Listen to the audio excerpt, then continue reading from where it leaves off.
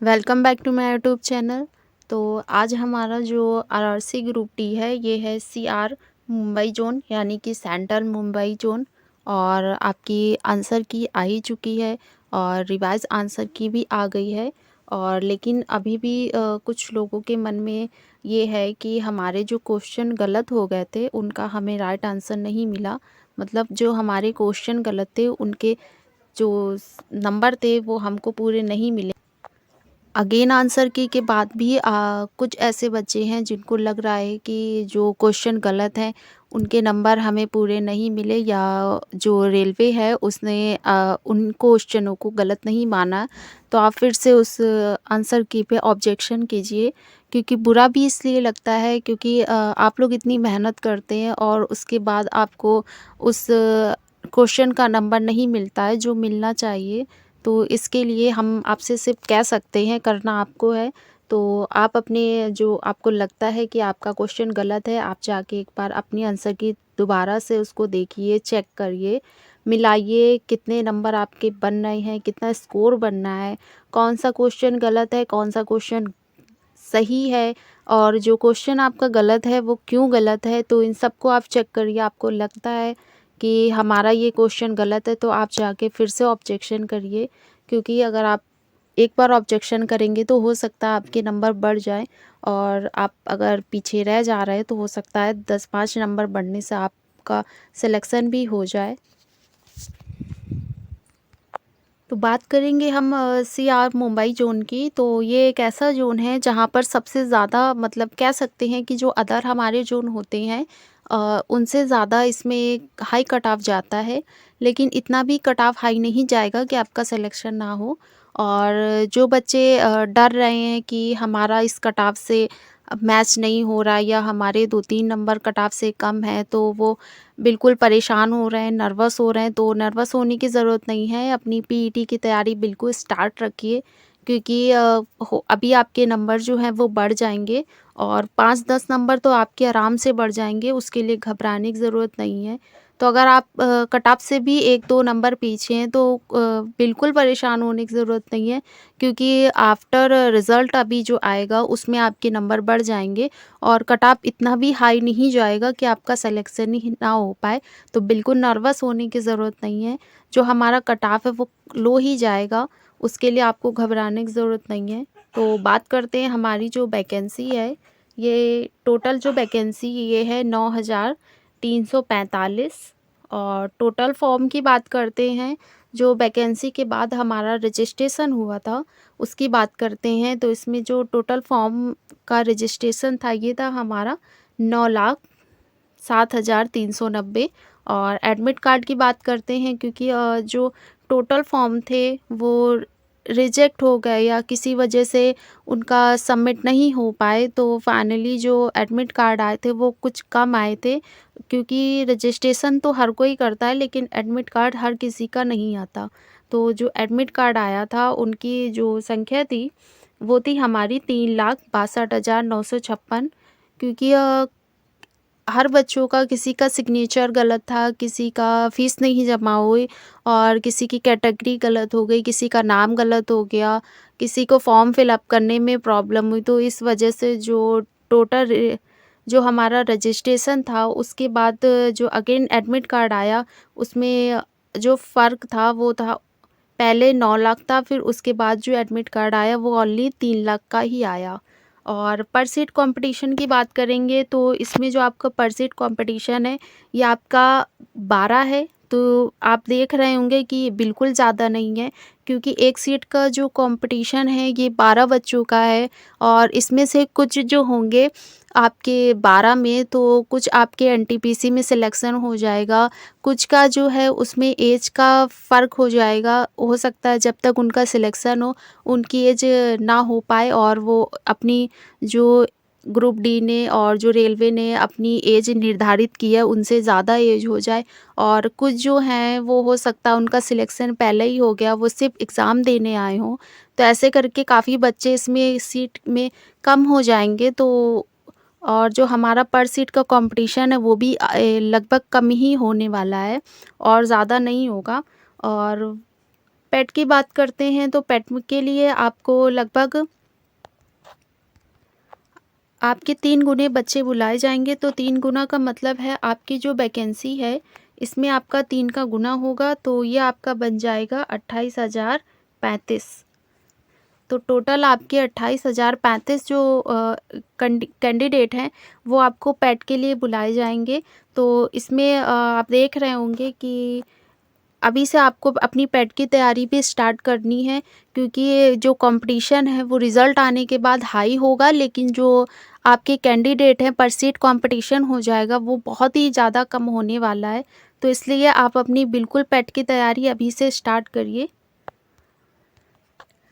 Cut off factor की बात करें तो आपका जो कट ऑफ की फैक्टर है और हमारा जो आज का सेंट्रल रेलवे का जो कट ऑफ है मुंबई का, ये हम किस बेसिस पे इसका कट ऑफ निकाल रहे हैं, तो उसका पूरा डाटा हम आपको एनालाइज करके देंगे कि आखिर किस बेसिस पे हमारा जो सेंट्रल रेलवे मुंबई का कट ऑफ निकल रहा है और इसके क्या क्या फैक्टर है और आखिर नॉर्मलाइजेशन क्या होगा, रो मार्क्स कितना है, एग्ज़ाम का लेवल कैसा था, सारी डिटेल हम आपको पूरे एक-एक सीक्वेंस में बताएँगे। तो बात करते हैं पहले अटेंडेंस की। तो जो हमारा सेंट्रल रेलवे मुंबई की अटेंडेंस थी, ये आपकी लगभग 9 लाख थी।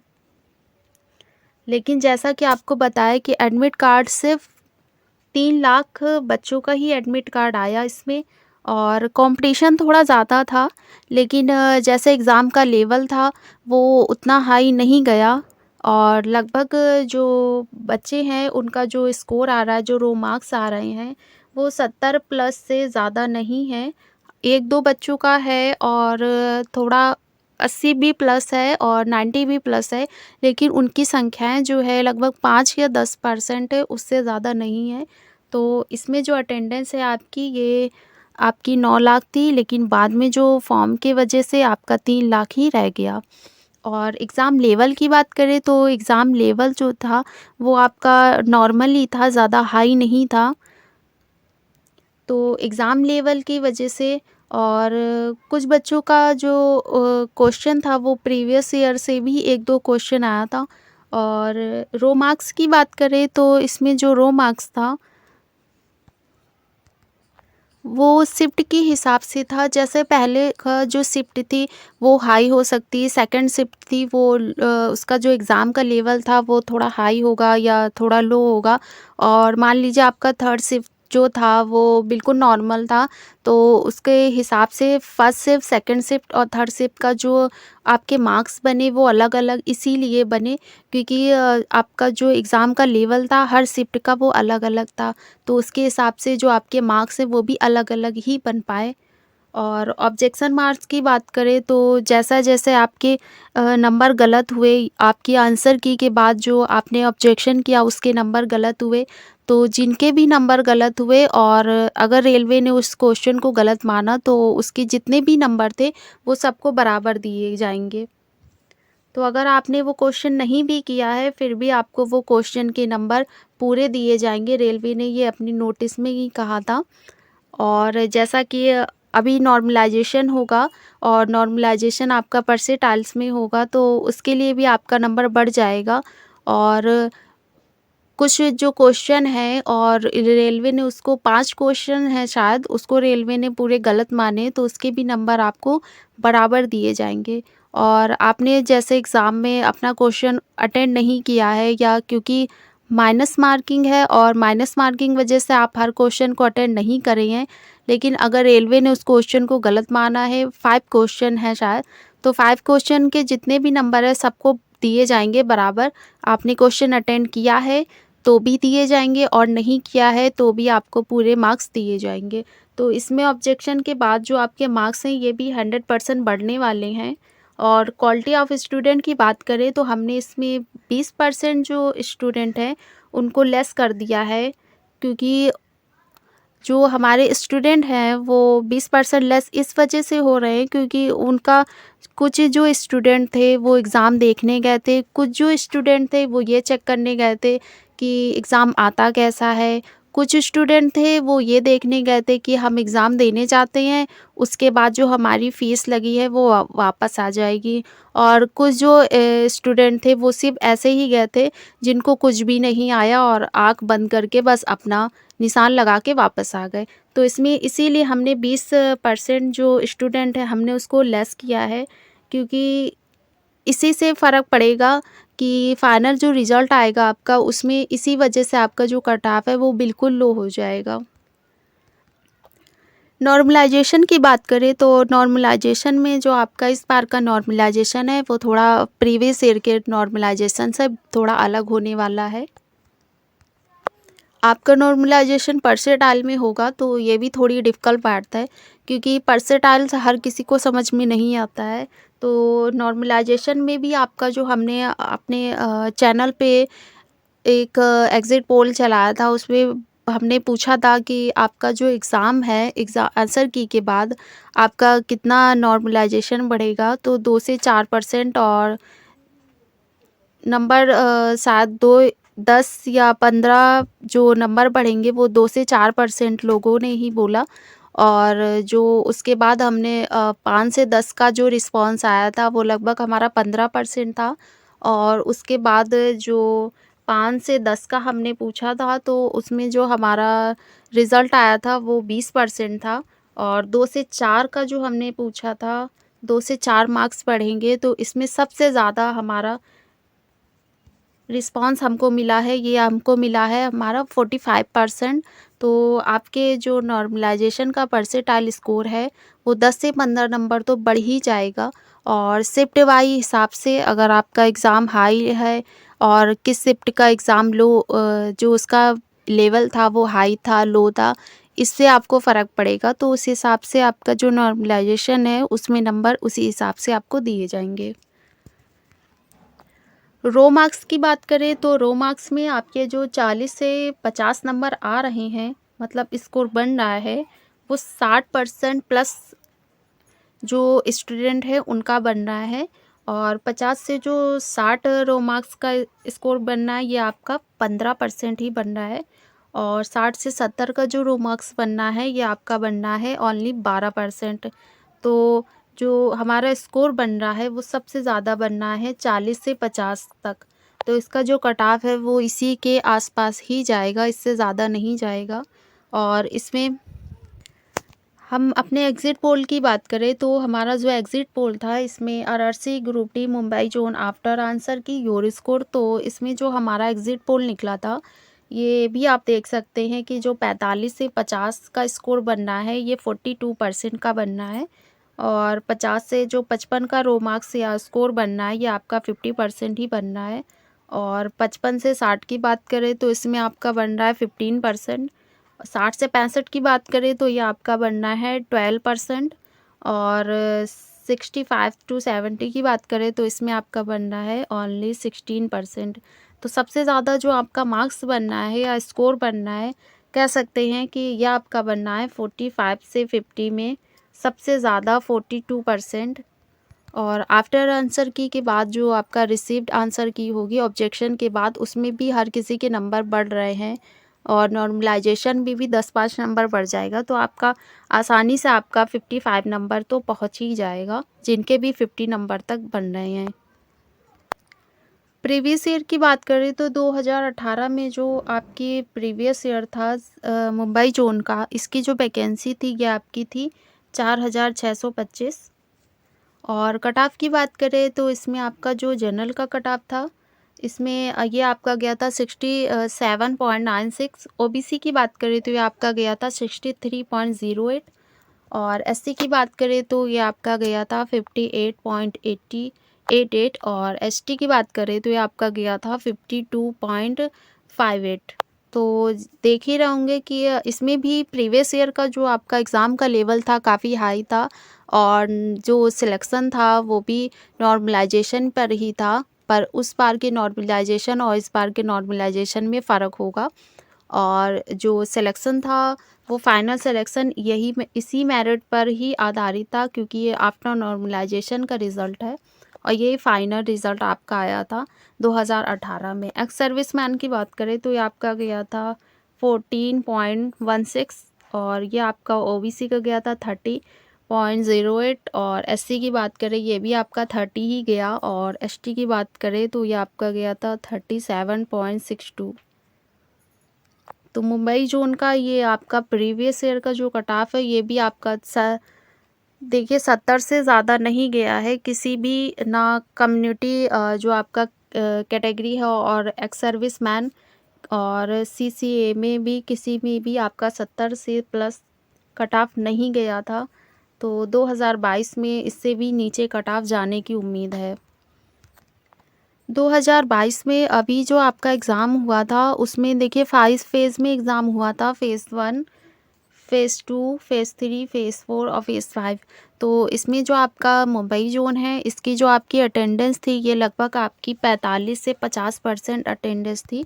और एवरेज अटेम्प्ट क्वेश्चन की बात करें तो इसमें आपका लगभग गया था 66 से 72 क्वेश्चन और इसमें लगभग जो आप अटेंडेंस थी ये लगभग 9 लाख थी और फिर इसके बाद आपकी 3 लाख हो गई। तो जो एग्ज़ाम का लेवल था इतना भी हाई नहीं था। तो इस हिसाब के जो फाइनली आपका कट ऑफ बना और आपने देखा कि जो हमारा अटेंडेंस है, एग्ज़ाम का लेवल है, रो मार्क्स है, ऑब्जेक्शन जो मार्क्स हैं, क्वालिटी ऑफ स्टूडेंट का जो लेस हमने किया, नॉर्मलाइजेशन किया, उसके बाद रो मार्क्स चेक किया, एग्ज़िट पोल चेक किया और एग्ज़िट पोल के बाद फिर हमारा जो प्रीवियस ईयर का कट ऑफ था, सभी का डेटा एनालाइज़ किया और उसके बाद जो आपका फाइनली कट ऑफ बनेगा तो वो आपका फाइनली कट ऑफ बनेगा जो हमारा जनरल कैटेगरी है। तो जनरल कैटेगरी का आपका बनेगा 60 से 65 तक प्लस इसमें आपका 2 नंबर ऐड हो जाएगा। और ओबीसी की बात करें तो ओबीसी कैटेगरी में जो आपका बनेगा ये आपका बनेगा 55 से 60 तक और इसमें भी आपका 2 नंबर ऐड होगा। और ईडब्ल्यूएस की बात करें तो ये आपका बनेगा 50 से 55 तक और एससी की बात करें तो एससी में आपका बनेगा 47 से 52 तक। यह आपका फाइनली कट ऑफ है और ये अभी पेट का कट ऑफ नहीं है क्योंकि पीईटी होने के बाद ही बता पाएंगे कि आपका जो फाइनली कट ऑफ जाएगा वो अभी के कट ऑफ से कितना हाई जाएगा। तो ये अभी आपका पीटी का पहले का कट ऑफ है क्योंकि आफ्टर आंसर की के पास जो रिज़ल्ट आएगा वो इसी कट ऑफ पर ही रहेगा, इससे ज़्यादा नहीं होगा। एसटी कैटेगरी की बात करें तो एसटी कैटेगरी का जो आपका कट ऑफ होगा ये हो जाएगा आपका 45 से 50 तक।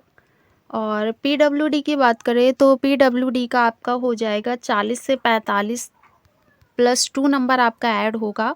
और एक्स सर्विस मैन की बात करें तो इसमें जो आपका होगा ये होगा आपका 35 से 40 तक।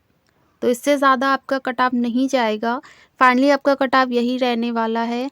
और जिनका भी स्कोर है वो हमारे कट ऑफ से मैच कर रहा है, जिनके भी मार्क्स हैं वो हमारे कट ऑफ से मैच कर रहे हैं, तो अपनी अभी से लेकर पीईटी की तैयारी स्टार्ट कर दीजिए क्योंकि पीईटी की तैयारी का आपका जो रिज़ल्ट है वो रेलवे की जो अभी तक न्यूज़ आ रही है वो ये आ रही है कि आपका जो पीईटी का रिज़ल्ट है वो जल्दी आने वाला है। तो उसके लिए आप अभी से तैयारी स्टार्ट करिए क्योंकि 1 महीने में आपकी जो तैयारी है वो स्टार्ट नहीं होगी। और 1 महीने में आप क्या कर सकते हो, 1000 किलोमीटर की दौड़ 1 महीने में नहीं होगी, तो इसके लिए आपको अभी से तैयारी करनी है। रोज़ भी अगर आप 100-100 मीटर दौड़ लगाएंगे तो 1000 मीटर भी आपको दौड़ने में 1 मंथ का टाइम तो लगेगा। तो आपको टाइम देना पड़ेगा अपने तैयारी के लिए क्योंकि अभी आप टाइम देंगे तो उसके आगे जाने के बाद आपका जो टाइम का मैनेजमेंट है वो पूरा कंप्लीट होगा। और अभी भी जो कुछ बच्चे हैं जो ये सोच रहे हैं कि हमारा जो कट ऑफ है निकल के आ रहा है, हमारे रो मार्क्स से कम आ रहे हैं, उससे भी कम आ रहे हैं, तो उनको नहीं घबराना है क्योंकि बोलने वाले बहुत होते हैं लेकिन समझाने वाला बहुत कम होता है। तो इसलिए नॉर्मलाइजेशन में नंबर भी आपका बढ़ेगा और जो रिसीव्ड आपकी आंसर की है उसमें भी नंबर बढ़ेगा। तो इसलिए अभी आप अपनी पेट की तैयारी बिल्कुल स्टार्ट रखिए। और हमारा वीडियो आपको कैसा लगा कमेंट में ज़रूर बताइएगा और चैनल पे नए हैं तो प्लीज़ चैनल को सब्सक्राइब करिएगा।